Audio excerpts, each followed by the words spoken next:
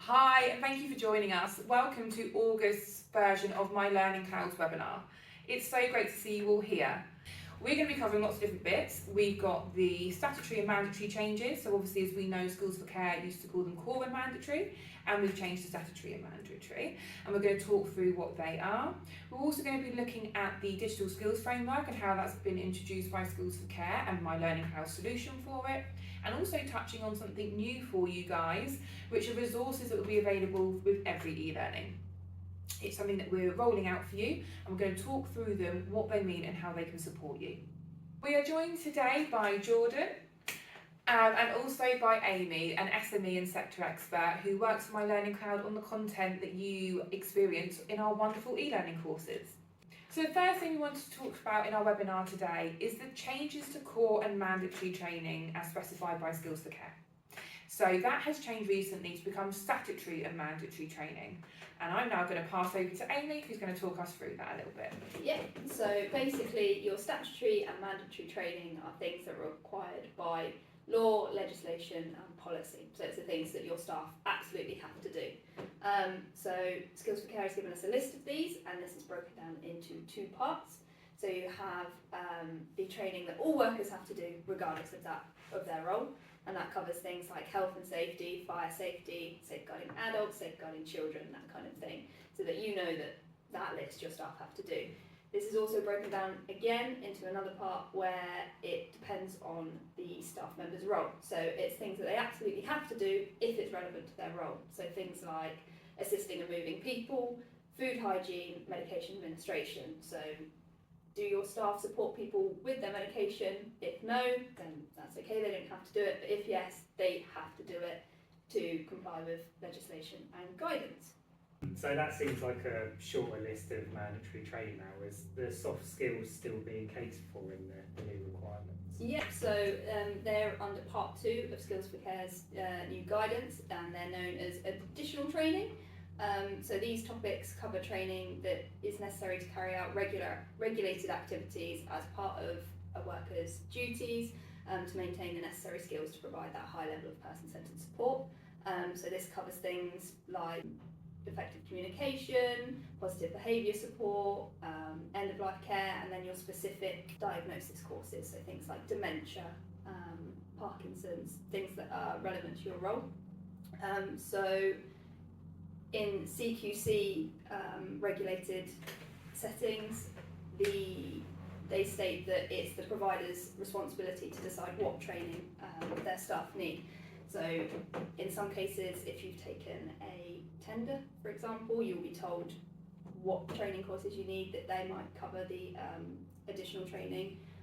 Or like I said, if you are a service that provides support to people with dementia, you know that you require your staff members to have training in dementia awareness to be able to provide the correct level of support. So that's kind of what that group covers, and it also covers, as Gemma mentioned, the digital skills.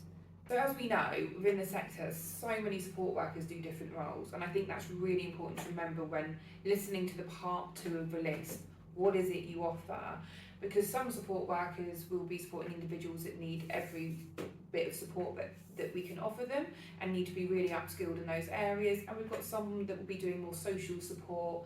So for example, supporting individuals to walk their dogs and live that normal life that we all take for granted.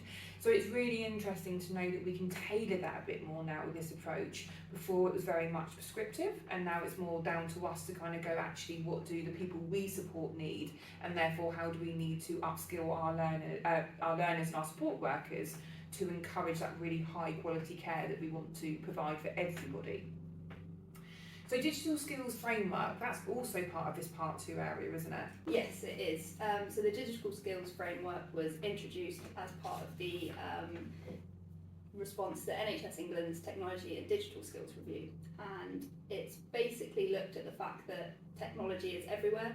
It's in our lives outside of work, it's part of life, and increasingly in the care sector we rely on digital technology for all aspects of care delivery. If you work in domiciliary care, you book in, you might have your digital social care records, EMARs. We use it throughout our roles, and also the fact that the individuals we support are using technology more and more to improve their independence and their quality of life. So the digital skills framework covers 7 key themes, things like using and managing data, using technology to support person-centred care, and the aim of it is basically to upskill those working in the health and social care sector to be able to fully utilise the technology they need to deliver high quality care and to support the individuals in using technology to be more independent. And we've taken a look at this and we have created a suite of e-learning courses, one for each of the 7 key themes.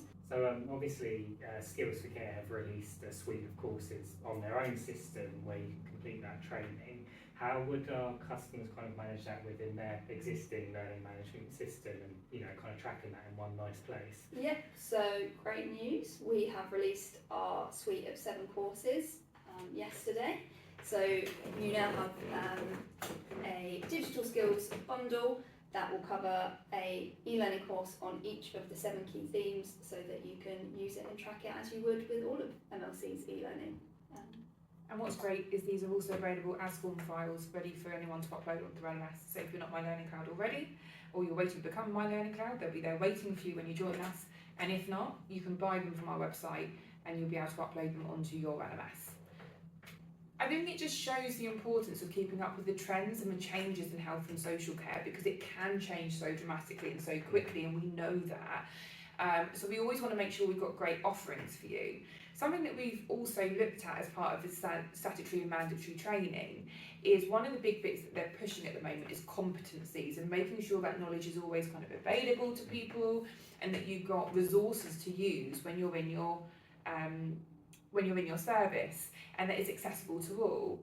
So, funny we should mention it. Back over to Amy to explain what we're doing to support with that element. Yes, so we've designed 3 new additional resources that you'll get with each course.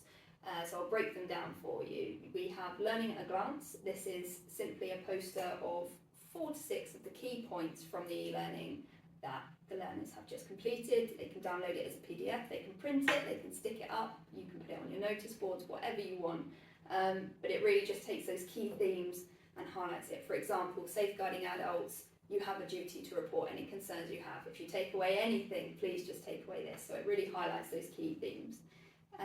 We then have a resource called Make Learning Count, and this is to really highlight the taking what you've learned in theory in e-learning and translating it into practice, which is something that Skills for Care actually identify in their new statutory and mandatory guidance, is how the training is reflected in staff's practice and whether they can actually take what they've learned and use it to improve the care they provide.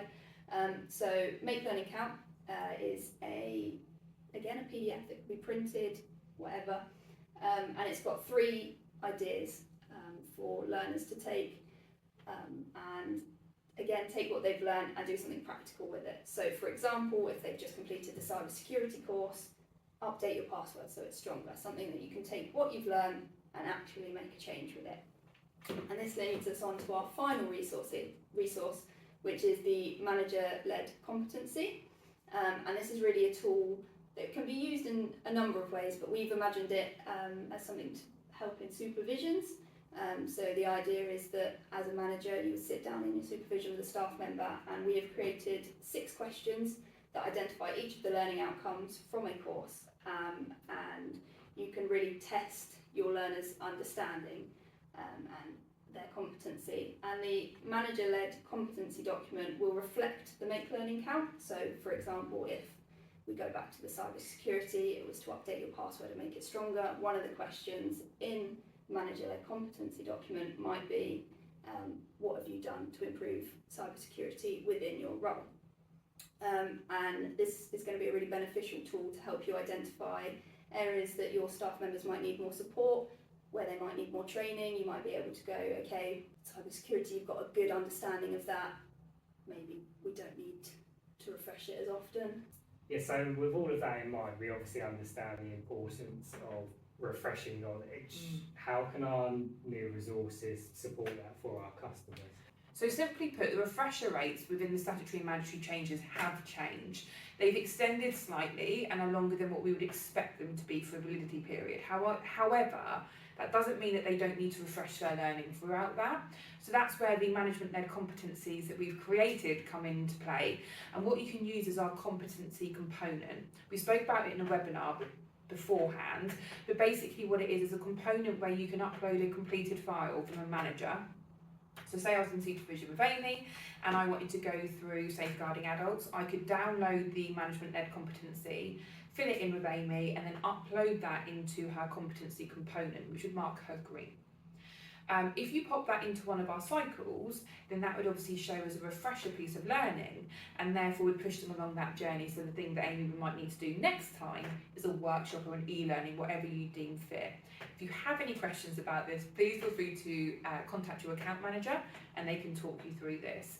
But what I have the question of is, when are these available to use, Amy? So for the statutory and mandatory courses that we identified earlier, you have the resources for all of them already. We have released them this month, and we will be releasing the resources for other courses gradually. And I think what's important to note, are we doing this for all of our courses? Yes, so as I've said, we've prioritised the mandatory and statutory ones, but we will be rolling out the resources gradually for all of our course library and any new ones that come up. Amazing. So this is really exciting news, and I hope you're excited with us.